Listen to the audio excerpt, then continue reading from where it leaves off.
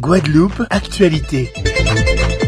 Et la parole est à monsieur Élie Califert pour le groupe socialiste. Oui, merci Madame la Présidente. Ma question s'adresse à Madame la Ministre de la Transition énergétique. Madame la Ministre, la géothermie est une énergie d'avenir.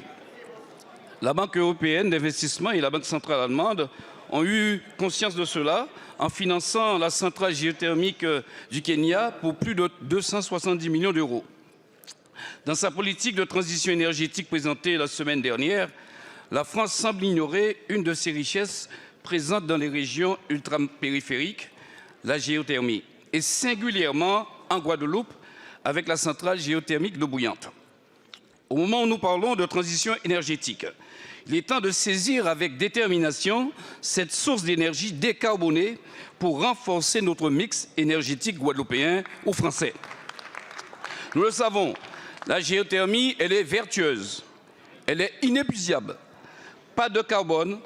En plus, elle permettra de fabriquer de l'hydrogène vert sans émission de gaz à effet de serre. Sortons la France et la Guadeloupe de la dépendance énergétique des énergies fossiles et du photovoltaïque chinois. Madame la Ministre, pouvez-vous ramener EDF, qui vient de bénéficier de subventions d'État, dans le capital de la SA Géothermie d'eau bouillante? C'est une société israélo-américaine qui gère. Madame la Ministre, où en sommes-nous avec le centre d'excellence sur la géothermie que devait implanter l'État en Guadeloupe? Madame la Ministre, encore une question. Quels sont vos engagements forts pour le développement de la géothermie en France et dans les Outre-mer? Je vous remercie. Je vous remercie. La parole est à monsieur Jean-François Carenco, ministre délégué chargé des Outre-mer.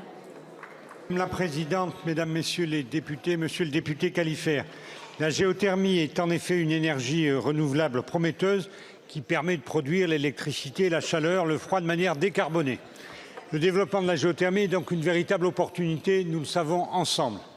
Nous soutenons son développement qui peut devenir, non seulement pour la Guadeloupe, mais pour tous les territoires d'outre-mer, et je pense notamment à la Martinique, un atout dans leur trajectoire de décarbonation et d'indépendance énergétique. D'ailleurs, le ministère de la Transition énergétique va annoncer très prochainement ce plan d'action géothermie. Sur la géothermie profonde qui concerne tout particulièrement la Guadeloupe, ce plan vise notamment à améliorer la connaissance du sous-sol pour limiter les risques associés aux projets de géothermie profonde. Il s'agit aussi de sensibiliser, de faire monter en compétence tous les acteurs locaux, accompagner les porteurs de projets dans leur déploiement de solutions.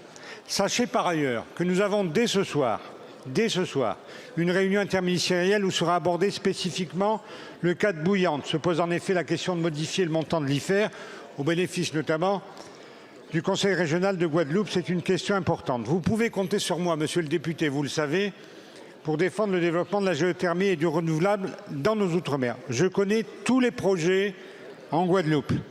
C'est dans cette perspective et dans le cadre de la PPE à modifier de manière simplifiée à venir qu'ils seront étudiés. J'ai par ailleurs reçu récemment les 2 promoteurs potentiels sur les 2 projets nouveaux existants en petite terre et les contacts sont déjà établis avec EDF pour sortir un prix raisonnable. Vous pouvez compter sur moi, monsieur le député Califert.